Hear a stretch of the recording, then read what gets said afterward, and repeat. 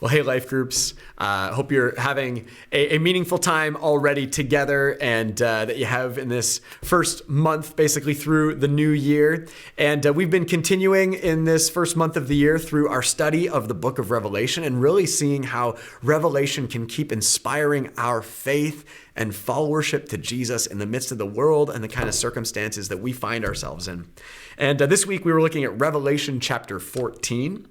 And for me, the main question at the center of what John is revealing and the story that he's telling here is addressing the question that his followers would have wrestled with often of whether or not their lives and their actions were really mattering or making any difference in a world that was so beyond their control, especially in the face of a lot of the evil and injustice that they were often up against, particularly here in the Roman Empire. And I wonder if sometimes you've felt like that, of whether or not, in the face of the hard or bad stuff in our world, whether anything in your life really makes a difference, or whether kind of just God's got this and so our lives are insignificant regardless. Well, what becomes apparent in this story is that John has kind of three sections of Revelation, where first, after some of the dragons and beasts of the last chapter, we see this image of the Lamb standing on God's mountain, firmly and secure with this uncountable multitude of God's people, which reminds John's readers that even those that have died in their faith so far have not died in vain. And they're actually living into an eternity that has eternal consequences. And that he describes them as first fruits, meaning there's still more in store, more that God has to come. Then there's the second section where there's these three announcements from three different angels, one declaring the gospel and calling people to turn to God while God desires to make things right in the world. Another declaration around how Babylon is fallen, which basically meant that the ways of empire, the ways of Babylon, the ways of Rome, they are destined to fall. They're not winning despite all appearances.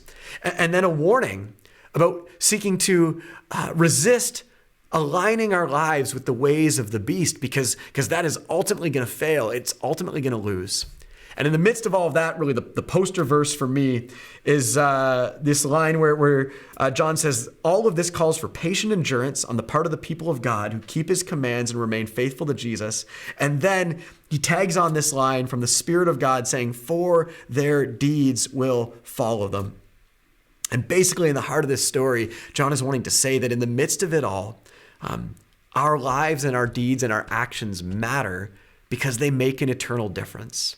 And most of all, what we begin to see, and quoted some of the lines from Jesus in the message, one is that even if we give a cup of cold water to the least in his kingdom, there's eternal reward, there's eternal consequence, that our lives have the capacity to help shape eternity toward God's love and God's kingdom. And the final section, the final image is in Revelation 14, is this image of a great harvest. There's actually two harvests described, one of grain and one of grapes.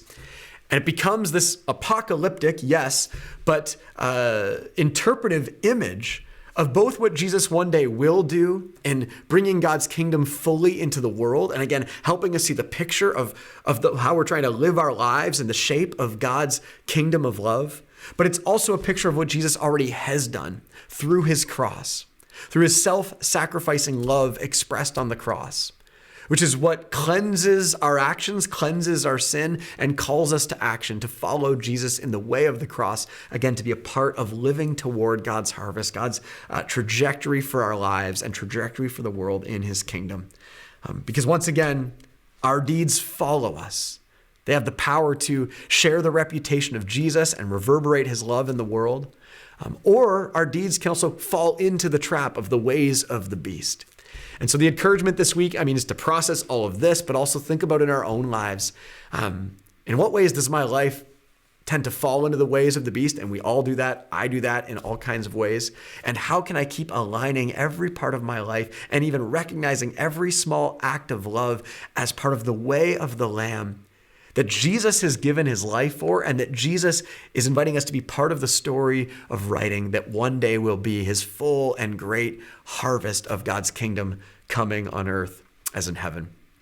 So that's the big picture, but I invite you to process this together and really think about, and what does this mean for our lives?